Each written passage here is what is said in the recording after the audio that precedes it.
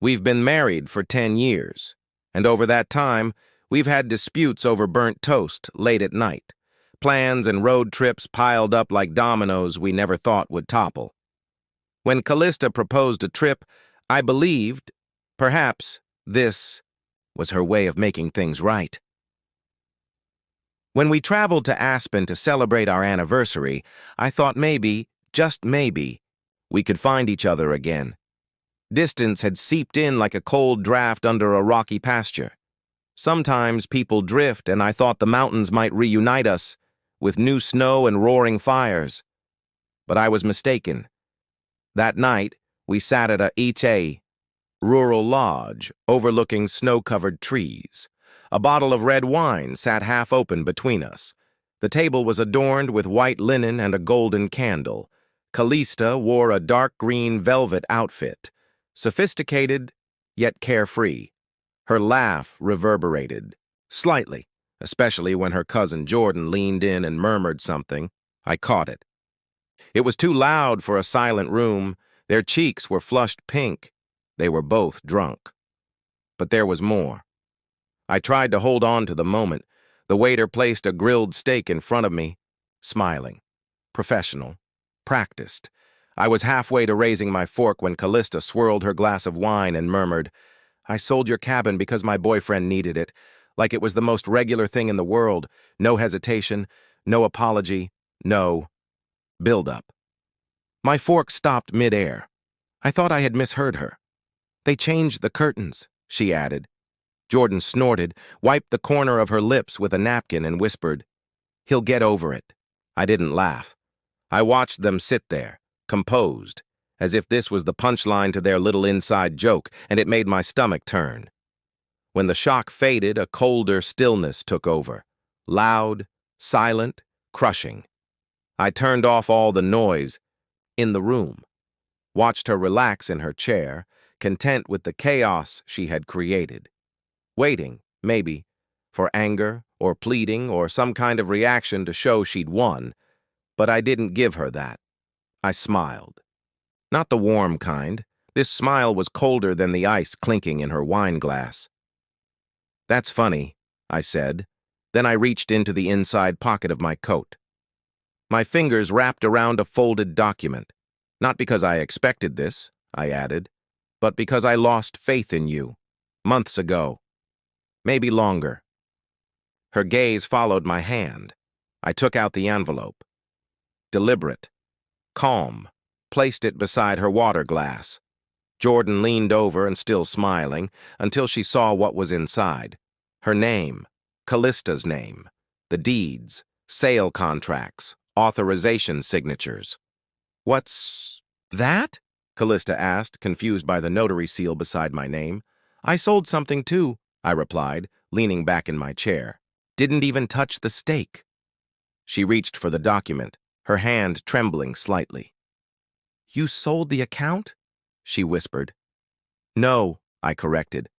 "I liquidated it. Our joint investment account, 10 years in the making. She had access but never helped."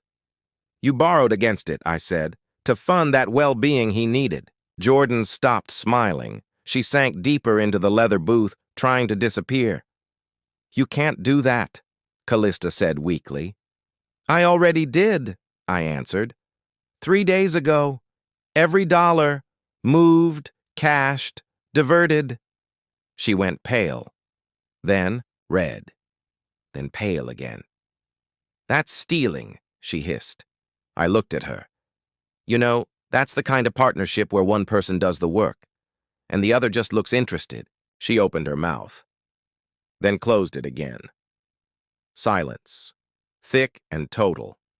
Even the server who approached with dessert menus turned and left without a word. I leaned forward, elbows on the table, and stared at the woman I once imagined growing old with. She didn't resemble the girl I'd met 10 years ago, or maybe she did. Maybe I just never really saw her. She tried to speak again, but I cut her off. "You sold my cabin," I said softly, "without my consent, without my knowledge, and now you still think you're in control." I shook my head. "You made your move, Callista," Now I get to make mine. Jordan finally found her voice. Look, this doesn't have to be ugly. I held up a hand. You laughed, I said. When Callista told me what she did, you thought it was funny. Jordan looked away. I stood. Didn't yell. Didn't throw anything. Didn't even pull the chair back quietly. It scraped against the stone floor. I left the documents on the table like a warning sign or a calling card. Callista looked up, still, holding the papers, hands trembling.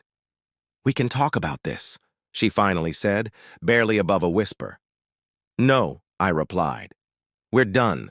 Then I walked out of the cafe. The mountain air hit me like a slap. But the good kind. The kind that wakes you up. I didn't turn around. Didn't wait for her to follow. She wouldn't. That was the last time I saw her. In a place we once called romantic. But this wasn't a celebration. It was a funeral. A funeral for everything we built, or thought we had. And it started with a single toast that shattered everything. The drive down from Aspen was long and lonely. I didn't turn on the radio, didn't call anyone. My hands just stayed on the wheel. Snowflakes began to fall. Light, then heavy. The mountains loomed like scars, but I didn't stop. I just needed to get away. From Callista, from the lodge, from the lie that was my life. By the time I reached Denver, it was near midnight. I arrived at Rory's place. Top floor of a brick building in 5 Points. Texted him, knocked on his door. It smelled like ambition and espresso.